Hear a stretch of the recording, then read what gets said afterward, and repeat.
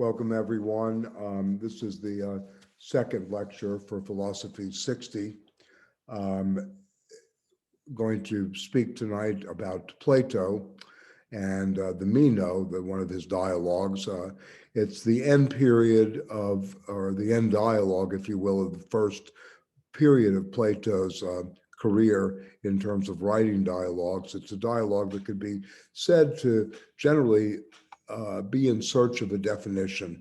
What is a definition? What does it mean to define something? And in this case, the definition would be, how do we go about defining, limiting a universal definition of excellence? Arete in Greek. Virtue, as most people have translated it. I'd like, again, to stay away from virtue as a translation of arete. I think excellence is better for many reasons. One, of course, is that the Christian tradition took up virtue actively and made something of that as living the virtuous life rather than living the excellent life or being in pursuit of the excellent life. So I want to keep that term up. I think that excellence is a better translation, so we'll use that interchangeably with the translations of virtue in the text that we're reading, the Ruby translation of the Meno and the Plato's 5 dialogues. So anyway, where does the dialogue begin? Again, the question, Meno is a well-known, wealthy student of Gorgias, who leads the school of sophists in Thessaly, northern Greece, and has come to Athens to interrogate Socrates about the question of, can excellence be, 1, taught, 2, practiced, or is it something innate to us? So these 3 questions are really layered throughout the dialogue as we move forward into the dialogue. Socrates, in his usual very stinging fashion, is able to upset the cart right away by saying, I cannot answer those questions because we in Athens are suffering from a dearth of wisdom. And I don't think anybody here, he says, knows what virtue or virtue or excellence is. So we are able right away to see how Socrates operates. He pleads ignorance to the 3 questions that are asked of him and immediately turns it into something that is much more profound. How do we define, in general, what is universal to all, this concept of excellence? And ultimately, then if we can get to that concept, then we can ask the question, can it be taught? Can it be disseminated in a classroom, in thinking, conversation, etc.? Or is it practice? Is it something that has to be repetitively practiced and in one's daily life? Or third, is it innate to all of us? Is it something already in us, which raises a lot of questions, of course. So the term they use is by nature. So now that we have this parameter set of a journey into let us discover how excellence can be, defined and establishing that path, they begin, the dialogue. And Socrates reverses this by saying, tell us what your teacher said, or you tell me, Meno, what your teacher Gorgias thinks it is, since you, Meno, have the feeling that he has encountered this and has a definition of what excellence is. So Meno proceeds to go through everything for rule over the state affairs, the woman having control of the household. And he goes through many, many levels of what he thinks excellence is. And excellence is usually something that is power over. And Socrates critiques this right away. He says, I ask you for one definition, and you give me an entire swarm of them. You give me a multiplicity and many particularities when I'm asking for a universal. So again, let's keep this in mind throughout the dialogue, that this is a search, if you will. This is a conversation about establishing a normative universal for what is excellence in the society. How do we begin to not only measure something like this and see how it acts in a, in the social field, but what is it? What are we really gunning towards here? Of course, this is a political question. What does it mean to be excellent, right? What one's background has to do with excellence? How is one situated? Who is defining this? Who is speaking? So these are questions we will raise after we understand somewhat of the movement of the dialogue. Okay, so Socrates critiques him. He brings in an analogy of the bees.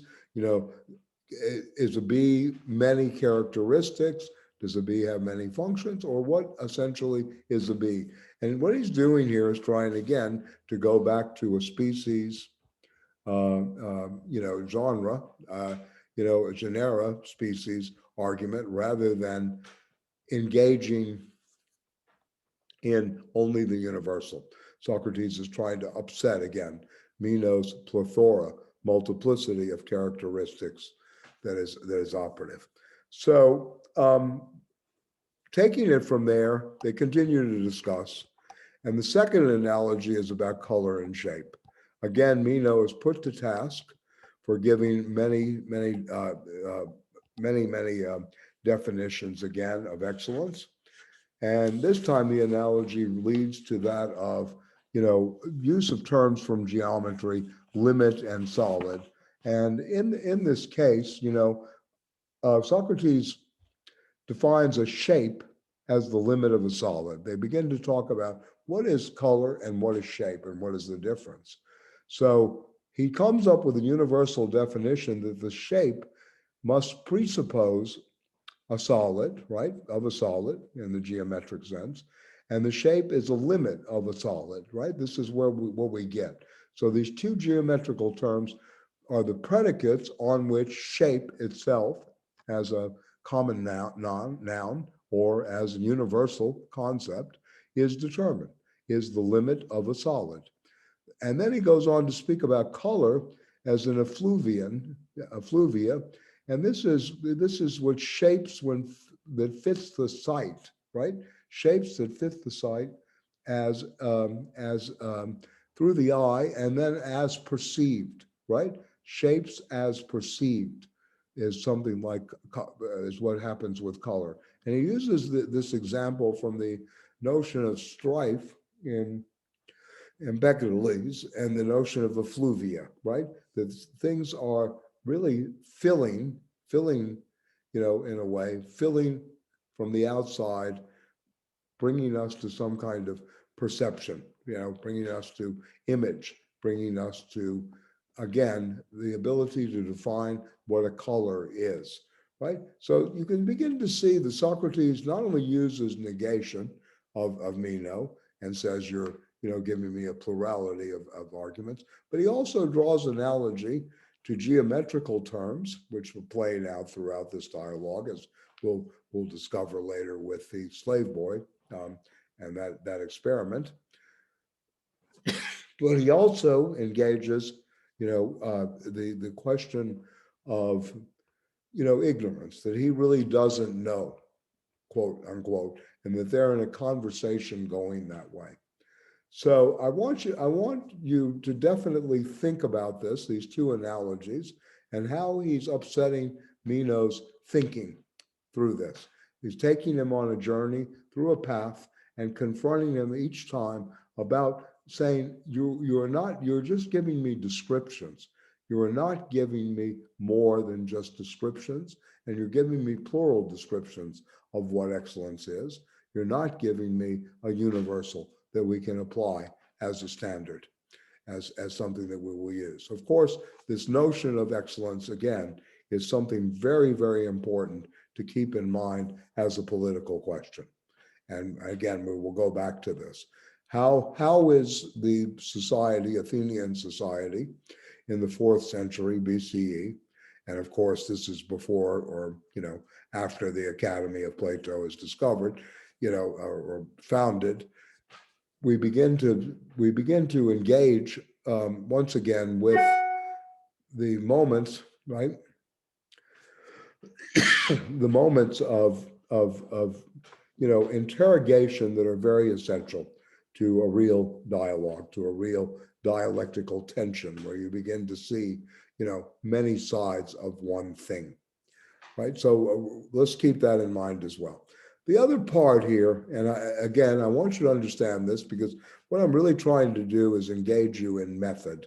The Socratic method has many, many elements to it, and I will certainly go over this in class this week. But the first method, the first attitude, if you will, and let's precisely say that attitude, is Socrates pleads ignorance always.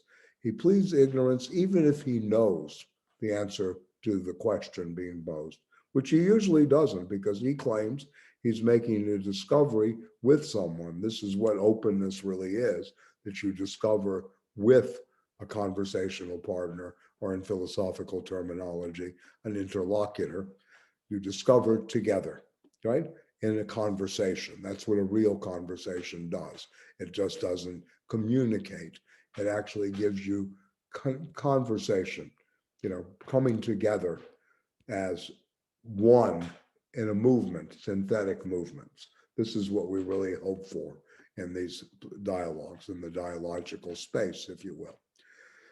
So this first aspect of his method, the ignorance, is very, very important to keep in mind. The Socratic ignorance runs something like this.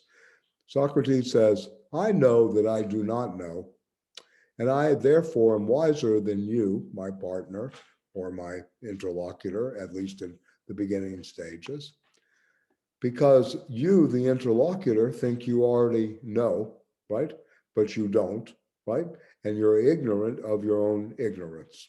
So therefore, Socrates claims, I am wiser than you, because I at least can admit to my ignorance and begin the journey or the path towards, if you will, truth seeking or truth telling, or a real philosophical investigation, or the art of philosophizing. So this is the first central element of what he does.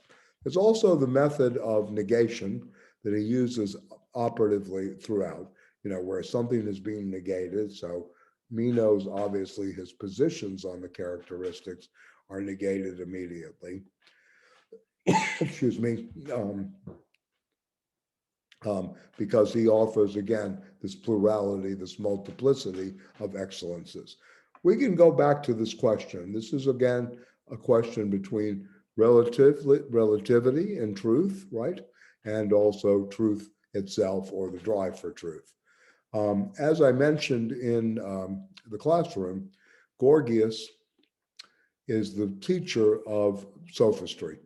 The sophists were itinerant philosophers who sold their expertise in argumentation to the wealthiest families. They do not believe in argument as a road or a path towards the truth, or towards really actual discovery, but as a political game. Who can win? So they were really formal technicians of argument.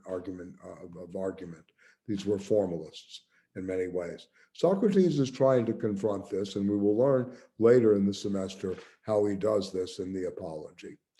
So I'm going to go through one other aspect, and then I'll follow this up with a longer a video. Let's call it 2A. This will be lecture 2, just introduction to the Meno. Again, I want to mention just a couple of asides here. The Meno, his name itself means the handsome one. So this raises questions again about, and you see this playing out in the text that we've been reading from. This is on page 70 and following, where Socrates, talks about Meno's handsomeness and throws back at him this kind of opposition where Meno is called Socrates ugly, right? And he goes back, Socrates returns the favor by saying, no, and you're considered handsome. And should we be thinking in these kind of binaries, or should we be going somewhere else? So anyway, Meno is pretty much destroyed, in terms of his argumentation by this time. We'll go further into this next time. But right now, just to let you know, one other aspect of the Socratic dialogue, and this is really very crucial in terms of his argumentative and methodical, in his method, is the ability to numb, to beguile, to confuse, so that one can start, and this is what Meno calls him a stingray, one that numbs, one that beguiles, bewitches, in a sense. The reason for this is that Socrates is really trying to change the terms and the direction of the conversation. So you could read this as a major disruption that breaks with the past attempts to define virtue. And as we know, virtue is justice, or excellence is justice.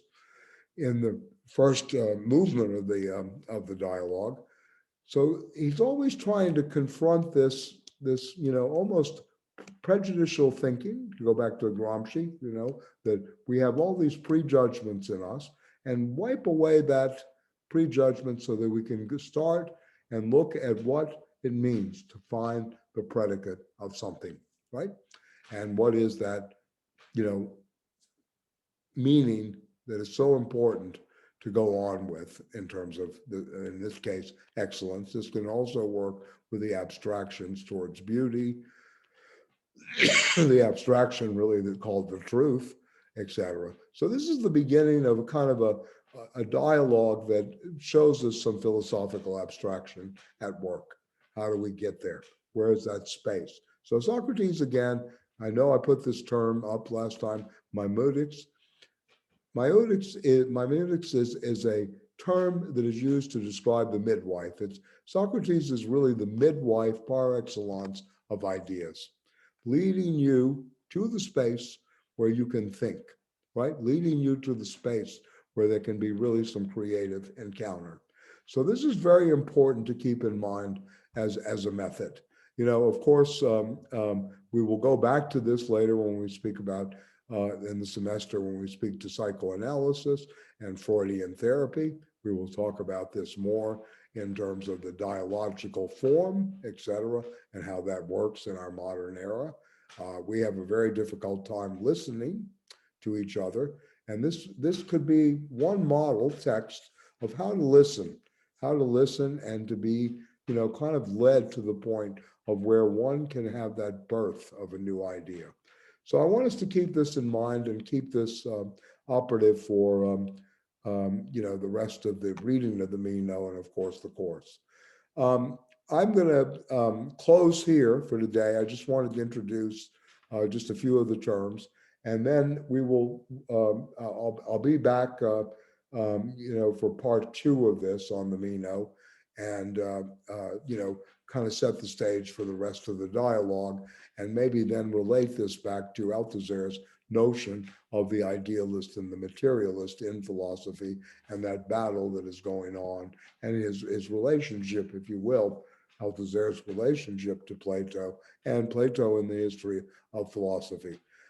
I chose the Meno for the very reason that it's an excellent text in critical democratic pedagogy, to my mind, and I'll speak also to that too. Okay, so thank you. I'll be back. I'm sorry, I'm still a bit under the weather, but I'm getting there. Okay, thank you. Bye-bye.